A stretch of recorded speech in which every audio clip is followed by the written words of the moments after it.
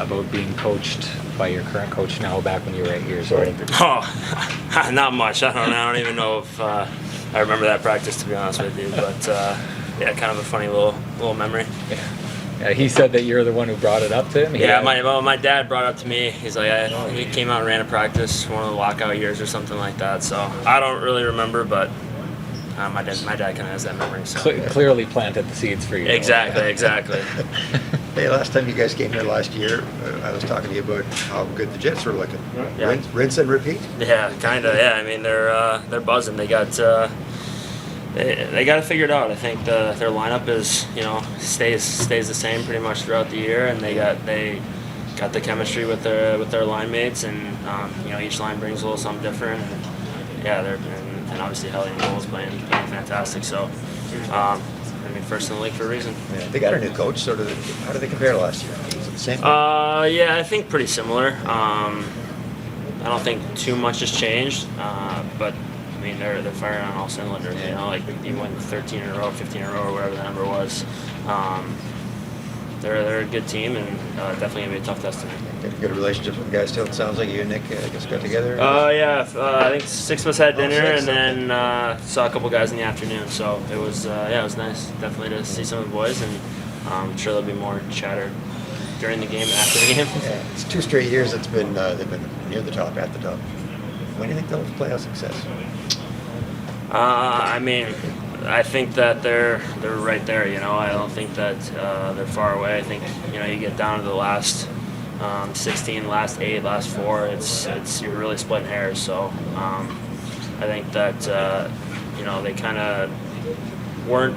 They struggled a little bit going into the playoffs last year. I feel like, and maybe some confidence was lost. But I mean, if they're feeling good, they're as good as anybody in the league. So. It's only a matter of time for sure. They keep giving themselves chances in the playoffs. It's gonna come for sure. How about you guys? How's it feel? I feel like since the change, we've got some confidence, some momentum. Started trusting ourselves instinctually a little bit more, and we're playing a lot better. So, 3 in a row now.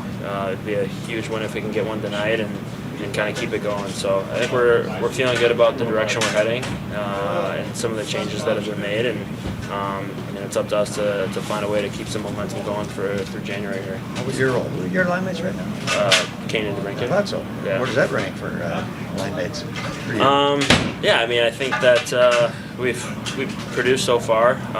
We want to try and build a little bit more momentum through the game. I think we've been capitalizing on our chances, but want to create more chances, more momentum, more zone time. So if we can figure out how to just sustain a little bit more zone time, I think that's going to lead to even more chance, lead even more production. So we're going pretty good right now, but I think there's definitely another couple levels for us. You seem to have found a home right there, and how comfortable has that been for you to have a place to go every night and have that kind of consistency for yourself, Andrew? Yeah, well, I was saying that kind of about Winnipeg is they come in and their lines are going to be the same every game, pretty much. There's going to be little tweaks here and there, I'm sure, and obviously winning helps with that. Like there's some confidence in those lines.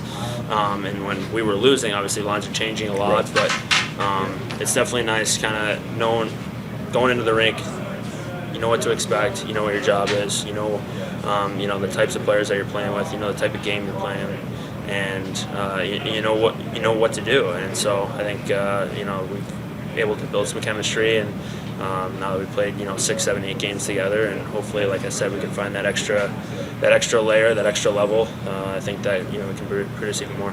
How do you guys think you've learned to complement each other as you've grown game by game? Well, I mean those two have played a ton together, so I think it's no real surprise for them. But for me, just trying to complement them in certain ways, where whether it's winning battles or getting available, because they want to make plays too, right? You got to be available. You can't just go head down to the front of the net and think that that's going to work necessarily. So we're playing off each other pretty well, knowing where each other are going to be. But like I said, I think we can hold on to pucks just a little bit more in the offensive zone. Not necessarily hold on to it longer individually, but keep the play alive, get it to the D, get it back down. Just have that more sustained O-zone time. I think we'll create a little bit more from that. Todd, can you just first start with an update on Jeff Petrie and what's going on with that situation? Yeah, PD was, as I said, after the game in Columbus, evaluated again, and he won't play tonight. He is with the team on the road, so that's a good sign. But once we get back to Detroit, he'll get the care he needs, and hopefully short term. Okay, who will take his place in the lineup? We're going to look at Albert tonight. He's been waiting patiently. He's worked really hard in practice, and he's going to get his opportunity, so we're real excited about that. As far as facing the Jets goes here tonight, the power plays obviously carried a lot of a load for them. With your penalty kill, what would be the keys there? Obviously staying out of the box, but when you're facing that power play, what will you want? Well, the power play is extremely dangerous. They have sometimes a power play only has one or two scoring options. The rest are facilitators or playmakers. This power play has 5 guys that can shoot the puck past the goaltender, so it makes it a little more difficult to plan. They don't often show you the same look twice, and they're real good at retrieving any garbage. So it's not like you get an opportunity to relieve the pressure very much. So we'll need some good goaltending, we'll need some good structure, and as you mentioned, stay out of the box. But that's not the only thing they have going for them. They're, in my mind, they're as good a defensive team as there is in the league, and not just in their zone, in all 3 zones. How much does Hellebuck have to do with that? It has a lot to do with it, but the other 18 skaters that are in front of whoever is playing goal is they bought in, they believe, they play to a certain style and a certain structure, and they commit to it. And anytime a group does that collectively, whether you're in first or last, it makes it a hard out. Copp, Kane, and DeBrincat, since they've been together, they've been pretty consistent with their production. What have you seen? What do you like about that line? Well, I think right now that they have confidence with each other. Obviously, Kane and DeBrincat have a sense of where they might each be in the offensive zone, and Copper does a lot of the dirty work for those 2. And he's a little bit more of the safety valve on the line defensively. But the 3 of them spend time together. They discuss things, how they want to play and what they want to do. And I've been impressed with their ability to work back to our end. Their legs are moving. There's not a lot of cheat in their game at all. So it's real important for our club. Copp's been up and down the lineup, but seems to have found a home there. What do you like about him with those 2, specifically with just him individually? Yeah, big, strong, experienced, face-off guy that can establish possession. Obviously, Kane and DeBrincat are going to play much better with the puck than they likely would without. And then from there, he's understanding his role. He doesn't get to go on the power play a whole lot, but you don't see him pouting and down in the dumps. And when his number's called, he responds. So 4 games into it, let's see what happens after 5.